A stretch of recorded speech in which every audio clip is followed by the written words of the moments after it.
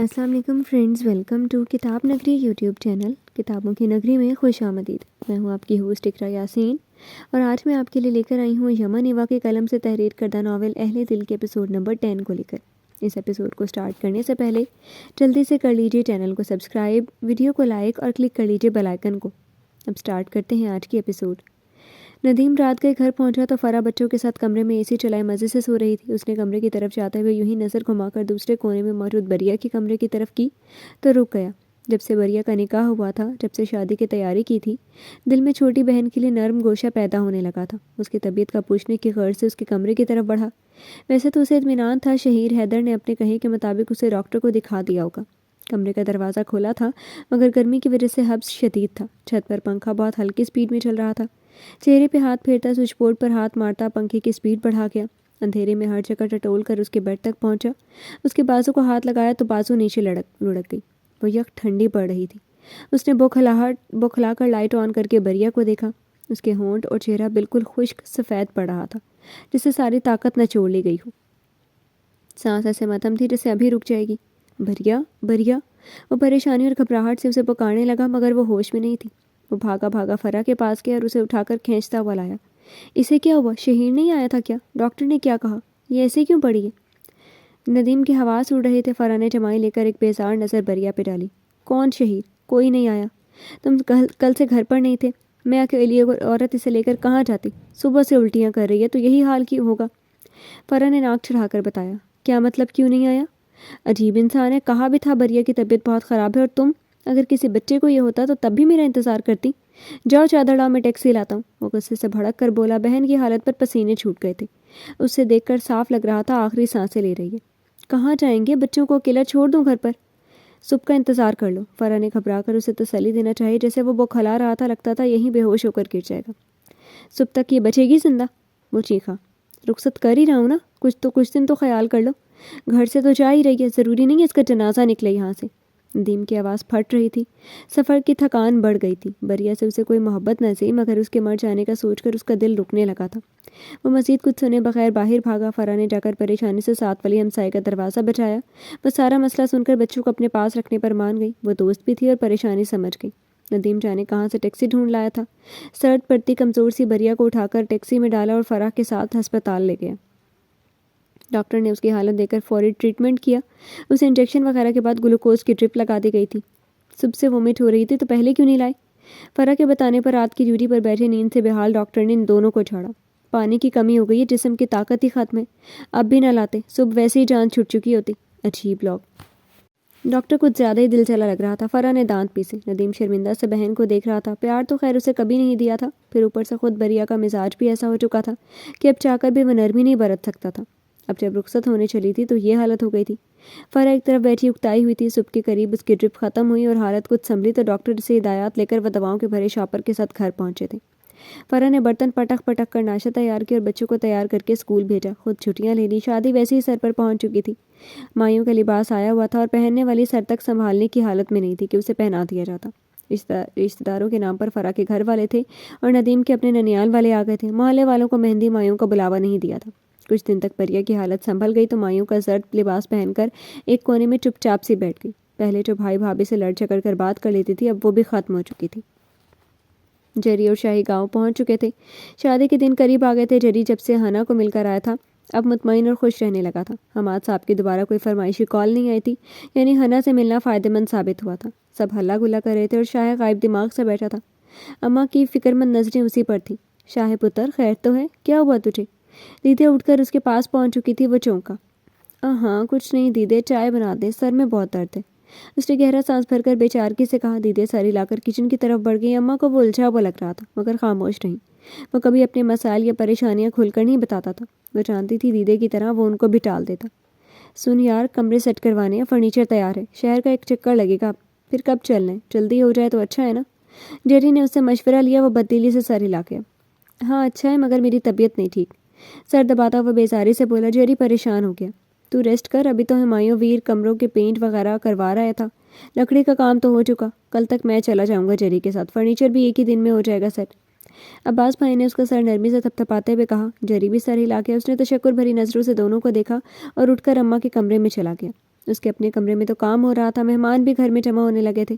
یہ شادی کل تک تو اس کی بھی خوشی تھی، مگر آج اسے اپنا آپ بے حد بزدل لگ رہا تھا۔ نہ وہ اس رشتے کا کوئی فیصلہ کر پایا تھا، نہ کسی کو بتا پایا تھا۔ یہ رشتہ اسی کی مرضی سے ہوا تھا اور اب توڑتے ہوئے اسے شرمندگی ہو رہی تھی۔ نہ وہ بریہ کو اپنا سکتا تھا، نہ چھوڑ سکتا تھا۔ دل میں عجیب گھٹن سی بڑھتی جا رہی تھی۔ دیدے چائے بنا کر آئیں تو وہ ٹیبلٹ لے کر اماں کے بستر پر ہی سو گیا تھا۔ بی بی، یہ شاہ اس بار شہر سے لوٹا ہے تو بہت پریشان لگ رہا ہے۔ اس کی آنکھوں میں چمک نہیں نظر آ رہی، پتہ نہیں کیا ہو گیا ہے۔ دیدے نے اماں کے آنے پر پریشانی سے کہا۔ اماں اس کے پاس بیٹھ کر اس کا سر نرمی سے دبانے لگی۔ پتہ تو ہے اس کا دیدے، جیری بچپن سے اب تک ہمیشہ اپنی پریشانی بتا کر مشورہ کرتا تھا، اور یہ ہمیشہ سے اپنی پریشانی اپنے اندر دبائے خود پریشانی ہوتا رہتا تھا، پھر خود سنبھل جاتا تھا۔ پھر اب تو بڑا ہو گیا، اپنے مسائل حل کرنے کی بھی طاقت رکھتا ہے۔ اماں آہستگی سے بول رہی تھی۔ دیدے نے شاہ کا چہرہ دیکھا۔ اماں تو ماں تھی، مگر شاہ کو بچپن سے ہی دیدے ہر وقت اٹھائے پھرتی تھی۔ جیری ضدی تھا، اماں کی گود نہیں چھوڑتا تھا، تو شاہ کو دیدے گود میں لیے رکھتی تھی۔ اب ان کا شاہ سے کسی ماں والا تعلق ہی تھا، پالا بھی تھا اور پیار بھی دیا تھا۔ اب تو بھولنے لگی تھی کہ وہ ان کا نہیں، اماں کا بیٹا ہے۔ فکر نہ کر، کچھ وقت گزرے گا تو پرانا شاہ لوٹ آئے گا۔ تجھے پتہ ہے دیدے، یہ کچھ نہیں بتانے والا۔ اماں دیدے کا لگاؤ جانتی تھیں، تبھی انہیں سمجھانے لگی۔ وہ سر ہلا کر رہ گئی۔ میں جیری اور شاہ کا یہیں نیچے برآمدے میں بستر لگا دیتی ہوں، اوپر تو کام ہو رہا ہے، نیند نہیں آئے گی۔ دیدے اٹھ کر چلی گئیں۔ اماں نے سر ہلا دیا۔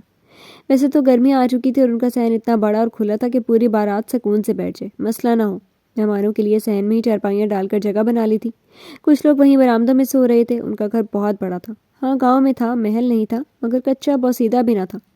ایل شیپ میں گھر کا نقشہ تھا۔ 2 برآمدے تھے، بڑے بڑے مغلیہ انداز کے پرانے پلر تھے جو بوگن ویلیاں کی بیلوں سے ڈھکے رہتے تھے۔ دونوں اطراف کے برآمدے بھی نہایت کھلے اور وسیع تھے۔ گھر کا ہر کمرہ بہت بڑا تھا۔ فرش پر ماربل لگی ہوئی تھی، برآمدوں میں بھی اور کمروں میں بھی۔ ایک طرف بڑے بڑے 4 کمرے اور سب سے آخر میں کچن تھا، اور اس سے جڑے دوسری طرف 3 کمرے اور آخر میں کچن تھا۔ چھوٹے چاچا کی زمین تو تھی، مگر گھر نہیں بنایا تھا۔ شروع سے ہی شاہ اور جیری کے ابا نے بھائی کو اپنے گھر ہی رکھا تھا۔ ان کے گزر جانے کے بعد بیٹوں نے بھی چاچا کو جانے سے روک لیا تھا۔ جو ایک طرف 3 کمرے، کچن اور ان کے آگے کھلا برآمدہ تھا، وہ چاچا اور چاچی کو ہی دے رکھا تھا۔ اماں دوسری طرف تھیں۔ ایک کمرہ ان کے استعمال میں تھا اور ایک دیدے کو دیا ہوا تھا، مگر وہ اماں کے ہی پاس سوتی بیٹھتی تھی۔ باقی 2 کمرے جیری اور شاہی کے تھے، مگر آج کل شادی کے لیے وہ مہمانوں کو دے دیے تھے۔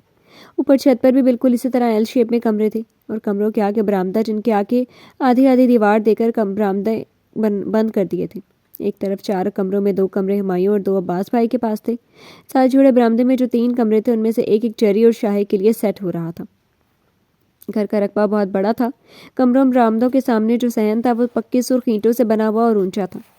اس سے آگے کچھ نیچے کر کے کھلا صحن تھا جو بالکل کچا تھا۔ اس صحن کے ایک طرف اور گھر کے پیچھے ہر طرف گھنے درختوں کا ڈھیر تھا، جس سے ٹھنڈی ہوا پورے صحن میں پھیلی رہتی تھی۔ دیکھنے والے ان پکی بند حویلیوں سے کہیں زیادہ ان کے گھر کو پسند کرتے تھے۔ پکا بھی تھا، آسائشات سے بھی بھرا ہوا تھا اور ہوادار بھی۔ گھر کے اندر ہی پھلوں کے درخت لگے ہوئے تھے۔ کمرے سیٹ ہونے کے بعد حماد صاحب اور ندیم کو بھی بلوایا گیا تھا کہ اگر ان کو کوئی کمی لگے تو وہ پوری کر دی جائے۔ گھر کا نیا پینٹ ہو چکا تھا۔ ندیم اتنا بڑا اور کھلا گھر دیکھ کر صحیح مرعوب ہوا تھا، اور تو اور حماد صاحب کی بھی نظروں میں پسندیدگی اتر آئی تھی۔ جری ان کے ساتھ تھا، جبکہ شاہ کام کے بہانے اپنی زمینوں کی طرف نکل گیا تھا۔ نہ وہ ندیم کا چہرہ دیکھنا چاہتا تھا، نہ اس کے گھر والوں کے لیے اس کے دل میں کوئی جذبات بچے تھے کہ رکتا یا احترام کرتا۔ ندیم جو اسے اس روز کی لاپرواہی پہ گلہ کرنے کا سوچ کر آیا تھا، یہاں اس کے یوں ملے بنا چلے جانے پر مزید الجھ گیا تھا۔ گھر تو بہت اچھا لگ رہا تھا نا؟ کچھ ان لوگوں نے فریش پینٹ کروایا اور بلڈنگ بھی اچھی ہے، یونیک سا سٹائل ہے۔ گھر کا ایل شیپ ہے۔ گھر کا سارا ایریا نیٹ ہے، ڈسٹی ایریا نہیں۔ مٹی والا صحن گھر سے دور ہے۔ رومز کے سامنے برآمدے اتنے کھلے اور اونچے تھے کہ حد نہیں، اور گھر کی بلڈنگ کے پاس ریڈ فرش ہے۔ رومز اور برآمدوں کے فرش پر ماربل لگی ہے۔ تمہارا روم 2nd فلور پر ہے، اور تمہارے روم کی جو بیک ونڈوز ہیں وہ باغ کی طرف کھلتی ہیں۔ بہت ایری اور بڑا روم ہے۔ حماد صاحب پرجوش سے ہنا کو سارا نقشہ بتا رہے تھے۔ مسز ثنا قریب بیٹھی ہوئی تھی، بظاہر انجان بنی ہوئی تھی، مگر کان ان کی باتوں میں ہی لگے ہوئے تھے۔ سو واٹ حماد، اتنے اچھے روم میں وہ لوگ ٹپیکل سا فرنیچر رکھ دیں گے تو سب میس اپ ہو جائے گا۔ مسز ثنا تبصرہ کرنے سے خود کو روک نہیں پائی تھی۔ ہنا نے مسکراہٹ دبا کر باپ کو اشارہ کیا تو وہ بھی مسکرائے۔ بالکل ٹپیکل نہیں تھا۔ فرنیچر یہیں شہر سے ڈیزائن کروا کر مضبوط لکڑی کا بنوایا جرار کے بھائیوں نے، اور تم جا کر دیکھو گی نا ہنا کا روم، اس میں فرنٹ فل وال پر وڈ ورک کروایا ہوا ہے۔ بیڈ کراؤن وال کے ساتھ ہی اٹیچ ہے۔ بیڈ کے پاس بڑی گرین گلاس کی ونڈوز ہیں، اس سے دھوپ کی تپش نہیں پہنچے گی۔ ونڈوز کافی بڑی ہیں، ہنا چاہے گی تو کرٹنز لگوا لے گی۔ حماد صاحب نے ان کو تفصیل بتائی تو اس بار وہ باقاعدہ ان کی طرف رخ کر کے دلچسپی ظاہر کرنے لگی۔ ہنا نے شکر کا سانس لیا۔ شادی سے پہلے اس کی ماں کا مزاج قدرے بہتر ہوا تھا۔ سمر آ چکا ہے، اب اے سی لگوانا پڑے گا۔ کیا روم اٹیچڈ باتھ ہے؟ मिसेस सना ने फिक्रमंदी से सवाल किया। टेस्ट बात तो है, बट AC वो बाद में लगवा लेगा। मैं तो घर का स्टाइल देखकर काफ़ी सेटिस्फाइड हुआ हूँ, हमाद साहब ने तसल्ली से जवाब दिया था। मिसेस सना के तासुरात बिगड़े। मतलब तुम उसी घर पर खुश हो गए? अब हना सारी ज़िंदगी वहाँ रहेगी? ओके, घर की कंडीशन हमारी तवक्को के बरक्स अच्छी है, मगर वो बहरहाल गांव का खुला घर है जहाँ कच्चा सहन भी होगा। उनके घर सर्वेंट्स नहीं, AC नहीं लगाया। हना कैसे रहेगी, सोचा तुमने? मिसेस सना तो उनके इत्मीनान पर भड़क उठी थी। ऐसा बिल्कुल नहीं है सना, जो चंद दिन वहाँ होंगे मैं उनके लिए रिलैक्स हूँ कि अच्छा घर है। ऑफ कोर्स यहाँ हना का घर ले चुका हूँ मैं, हना यहीं शिफ्ट हो जाएगी, बट वो जरार की फैमिली है, कभी किसी मौका पर वहाँ भी जाना ही पड़ेगा, तो अच्छा है वहाँ एक रूम सेट है हना के लिए, हमाद साहब ने नरमी से कहा। देख लेते हैं क्या होता है, वरना तुमने जो ओवर कॉन्फिडेंट बॉय हमारी हना के लिए ढूंढा है, मुझे नहीं लगता कि वह हमारी खुशी से चलेगा। मुझे उसे देखकर ही समझ आ गई है, वो अपनी मर्जी जताने वाला टिपिकल मर्द है। मिसेस सना सर झटक कर बोली थी। हमाद साहब ने गहरा सांस भरा। अब तो उन्हें भी यही लग रहा था, मगर कुछ हो नहीं सकता था। है ना, तुम्हारी शाम को पार्लर में अपॉइंटमेंट ले चुकी हूँ मैं, थोड़ा हेयर कट करवा लो और फेशियल वगैरह भी हो जाए तो अच्छा है, स्किन फ्रेश हो जाएगी।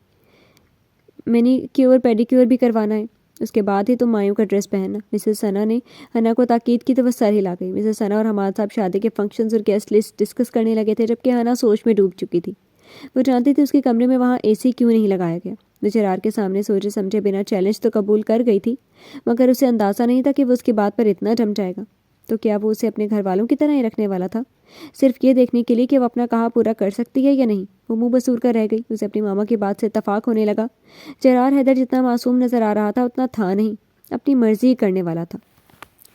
जी तो फ्रेंड्स, कैसे लगी आपको आज की एपिसोड, कमेंट सेक्शन में ज़रूर बताइएगा। फिर हाजिर होंगे नॉवल की न्यू एपिसोड के साथ, तब तक के लिए इजाज़त दीजिए। शुक्रिया, अल्लाह हाफिज़।